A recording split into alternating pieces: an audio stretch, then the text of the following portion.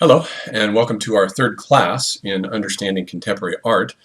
In this class, what I want to do is look at the works of Marcel Duchamp.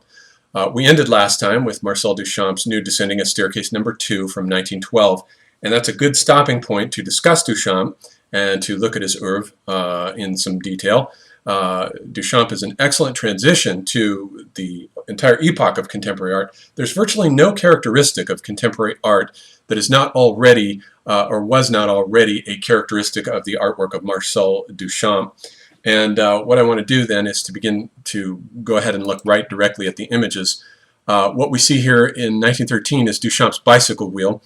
Now, one of the things about Duchamp was that he left painting very early. I think he was very dissatisfied with the critical reception for his work, Nude Descending a Staircase, which was regarded as not authentic cubism. There was too much futurism mixed in with it. And I think that he became disenchanted with painting right at that point and basically renounced it. He told his friend, the sculptor Brancusi, that painting was washed up. And in this sense, he was very prescient about the future role of painting in contemporary art, because in contemporary art, painting is no longer the primary medium. It's a secondary or even a tertiary medium. All these other things, installations and exhibitions, have come in to replace it as the primary thing. And so what he did was, long about 1913, he began to play around with these so-called ready-mades.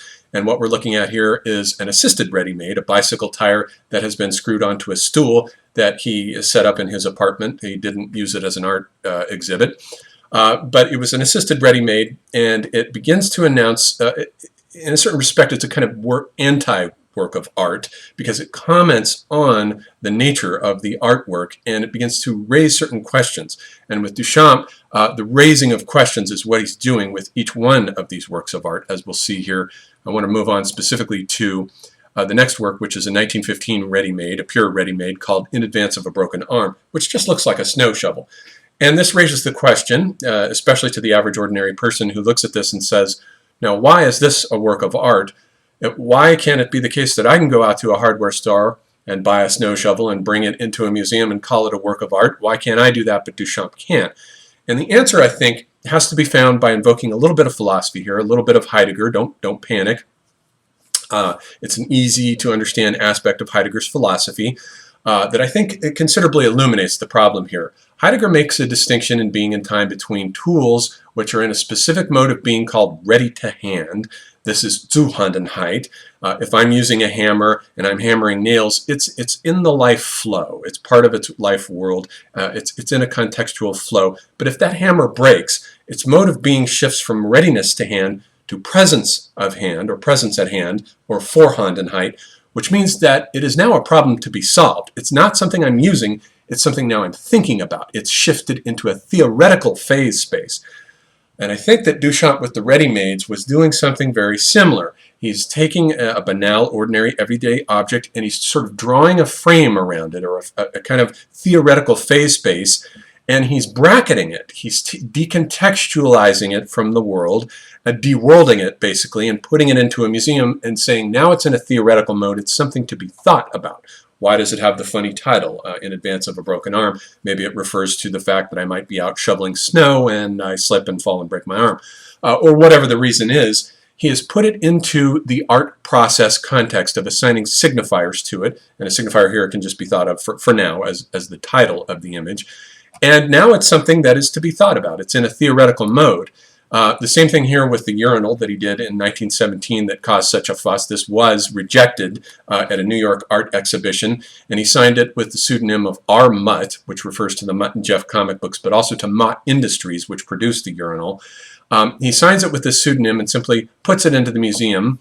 It almost sounds like a prank, but what he's really asking is, why is it the case that we can't just take a found object and put it into a museum and call it a work of art? The very process of selecting it, and the artist selecting it and bracketing it, drawing this invisible frame around it, transforms it automatically into a work of art because it's been put through the art process. And the same thing goes for the urinal as goes for any of these other ready-mades. They comment on the work of art and its ontological status.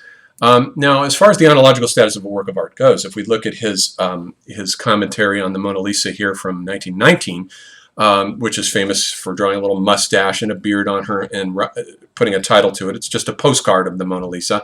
with the title LHOOQ, which when pronounced correctly in French means she has a hot ass. So there's a funny comic element here, but really what he's doing is, and this is an absolute characteristic of contemporary art, which is to say that the works of the great masters are in a state of being perpetually unfinished, and the contemporary artist is one who now can complete them or dialogue with them by commenting on them, reworking them, annotating them, excerpting from them. The work of art is in a perpetual status of incompletion. And that is what Duchamp is announcing here with this postcard. This is a dialogue with the great masters, who, and another aspect that Duchamp has in common with contemporary art is the skepticism toward the cult of the great master, which he didn't really buy. And he begins the process of deconstructing that. Here we see the 1923 Bride strip bare by her bachelor's even, also known as the large glass, in which he creates something that's much closer, I think, in sensibility to modernist art than it is to contemporary art. But he creates this little frame in which a woman, the bride, is visualized at the top with a kind of abstract cloud, and the bachelors are depicted in the bottom, caught in a sort of perpetual motion machine of masturbation, where the semen is never allowed to complete the circuit to reach the bride. And so there's this sort of impossibility of the sex act ever taking place. It's a sort of image of frustration. Then we have Duchamp's Green Box of 1934, where he takes his notes on the bride stripped bare, his notes and comments, and puts them in a box, and now begins to announce also another characteristic of what will later become an aspect of contemporary art, namely that the text, art documentation, now becomes part of the work of art, or can be a work of art unto itself. This is something entirely new now. Art documentation, texts becoming works of art simply because the artist signs them or puts them into a folder and calls them an archive is something totally new, and that is traced back to Duchamp.